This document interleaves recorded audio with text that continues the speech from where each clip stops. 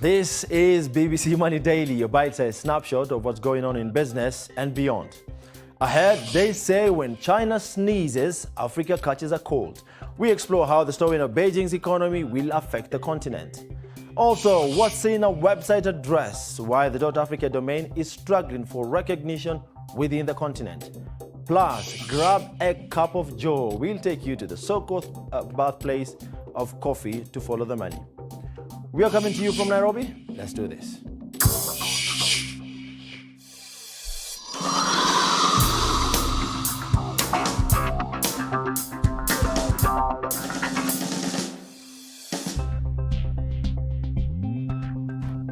And I'm Hudayfa Aden. Welcome to the show.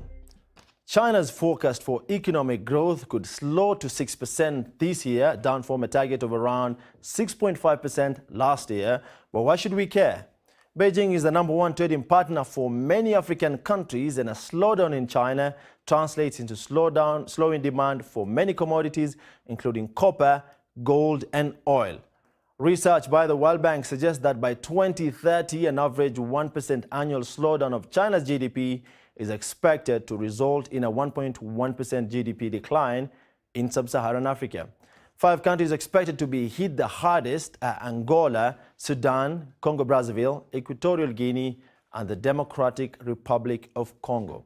According to the IMF, this may lead to reduced funding for Chinese aid and investment in Africa, despite the latest $60 billion pledge.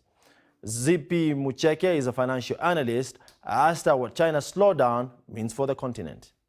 So the slowdown has greatly affected the relations between China and Africa, simply because, according to a study by S&P Research, every 1% of growth in China's GDP causes an ultimate 0.3% growth in sub-Saharan Africa, and ultimately 0.4% in middle-income countries, African countries. And so this could affect Africa directly and greatly, simply because of the foreign investment that China is doing currently, the heavy foreign investment that China is doing in African countries. We could say, for example, Kenya, the SGR, the road construction, the infrastructure that is going on. China is basically overtaking our infrastructure industry and sector. And therefore, once there's a slowdown in the country, it directly affects the foreign investment that they're putting into Africa at large. A number of resource-rich countries are entirely dependent or indebted to China. How can they move away from dependency on China?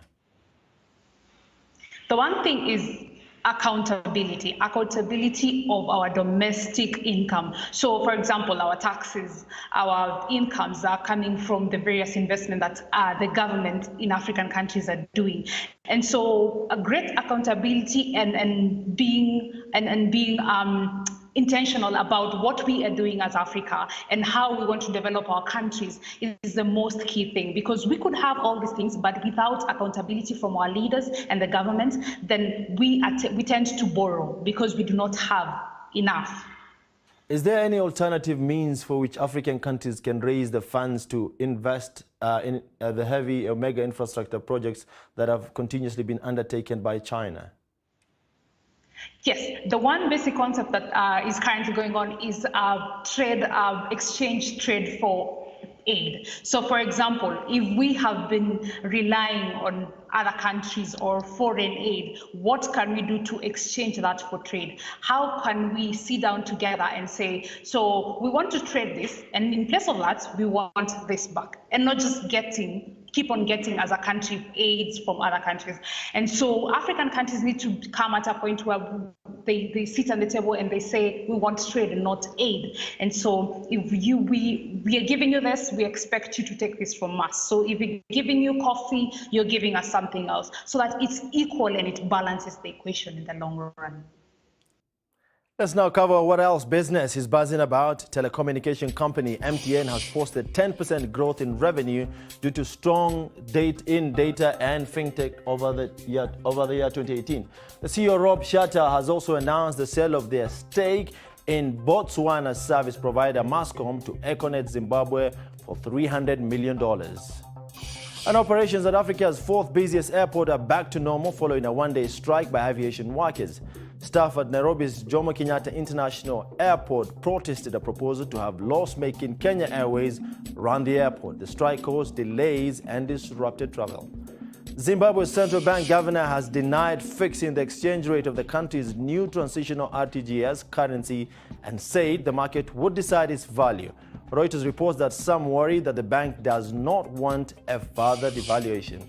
You're watching Money Daily from the BBC. In a moment, is coffee your cup of tea? Cool beans in the birthplace of coffee.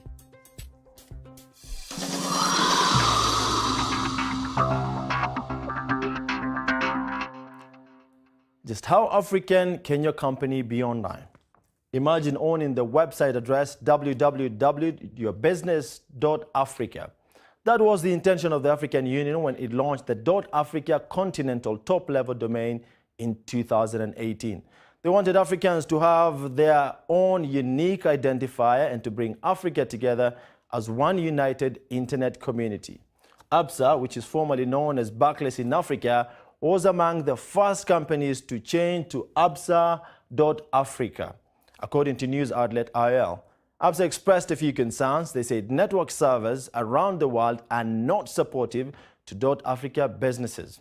The transfer data and almost 60,000 email addresses was also a very complex process. For small businesses, there were some positives.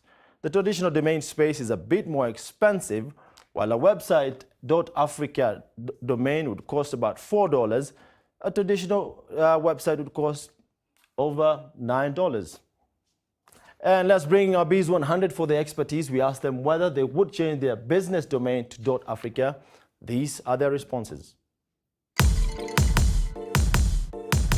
I actually did not know about .africa.com domain, and I had to do a little bit of reading to find out what it represents. And from what I gathered from my research is that it represents the 54 countries within the African continent. So I would definitely use it because even though my business is based in South Africa, I would like to branch out and offer my services and products to the African continent. If we're located in Europe and we have the need to move our domain to Africa, we would have it as a great opportunity because in Africa you have the resources, you have the manpower, you have the customer base, you have the market base for the solutions that we provide. And Africa has a good ecosystem to sustain and house our business ideas. I think the ease of doing business in Africa has really improved, and this is based on research conducted by institutions like the World Bank. And joining us now is the BBC's Peter Mwai. He has vast knowledge on matters, the internet and social media. Maybe you make us understand why has the uptake of the .africa been so slow? Thank you. First, it would be awareness, in that very few people know of the presence of this domain. And it's mainly because there has been little publicity around that. The second one is the cost involved, in that when you compare the incentives that are there, when you want to transfer from your existing domain, there's little incentive for you to maybe move from the South African or the Kenyan domain to the .africa domain. And you also need to transfer data. You also need to factor in issues such as security, cyber security, because now you are moving from a domain that has already been established for some time, and then you're moving into relatively unknown world. Yeah. So how can it be simplified, maybe, so that the domain, it's easier for businesses to move to the .africa domain? I think the Africa Union needs to explain to the internet users and companies on what is the importance of having this continental domain and the advantages that can be derived from operating under such a domain. Then there needs to be more publicity, more awareness. There need to be more awareness. What difference would it make for businesses then to shift from the traditional domain to the .africa domain? The key advantage is the continental outlook. For example, you cannot be targeting Africa, but then you have a Nigerian domain. Someone from East Africa or North Africa will not identify with that domain. So that's one of the things. But then within that, there are also other advantages. For example, if you're looking for a domain and maybe within your local country the domain doesn't exist, most likely because very few people have taken up the .africa domains, you'll find space there to operate in. Thank you very much indeed, Mwai. And now Ethiopia is one of Africa's major coffee producers. But do farmers in the country benefit within the global value chain? The BBC's George Ndirangu has been to Addis Ababa to find out. At the Oromia Coffee Farmers Cooperative Union, produce from over 320,000 farmers is being prepared for the export market. Before we ship that coffee, we send them a small amount of coffee for them for approval. The local cooperative then sells the coffee through the Ethiopian Commodities Exchange. Close to 90% of the whole coffee, which is intended for export and local consumptions, traded at our platform. A cup of coffee is sold for $3 to $4 in global retail chains overseas, but only 29 cents per kilogram goes to the farmer. The coffee industry in Ethiopia employs, 30 to 40 million people.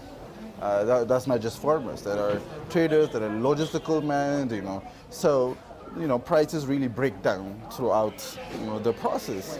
Philemon Tesfasilasi is one among the new entrants into the Ethiopian coffee industry. If you were to pay the farmer from this particular cup of coffee, how much would you pay?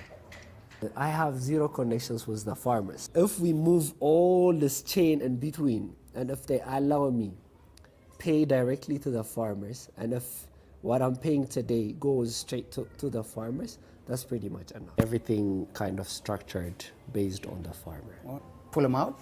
What happens? If you pull out the farmers, the whole industry collapses. And now we've scanned the whole internet, so you don't have to. Here's a summary of too long, didn't read. It's time to change your password if you're in Nigeria, because according to this day, the rate of cyber attack on organizations is on the rise as 60% of firms suffer cyber attack every year. According to ENCA, a new Malawian film, Netflix's latest offering to raise the profile of African cinema, has cost a star back home, facing accusations of mangling the language and relying on foreign actors. In the Standard Digital is straight to the bank, with Knight Frank Wealth report indicating that Kenya tops the continent in the creation of wealth. The ultra high net worth individuals in the country will grow from the current 125 to 155 as of 2023. Such a few billionaires, so many poor people. Before we go, a look at what we had for you. And let's leave it there for today. My name is Sudhir Faden. Send us your feedback. Bye-bye.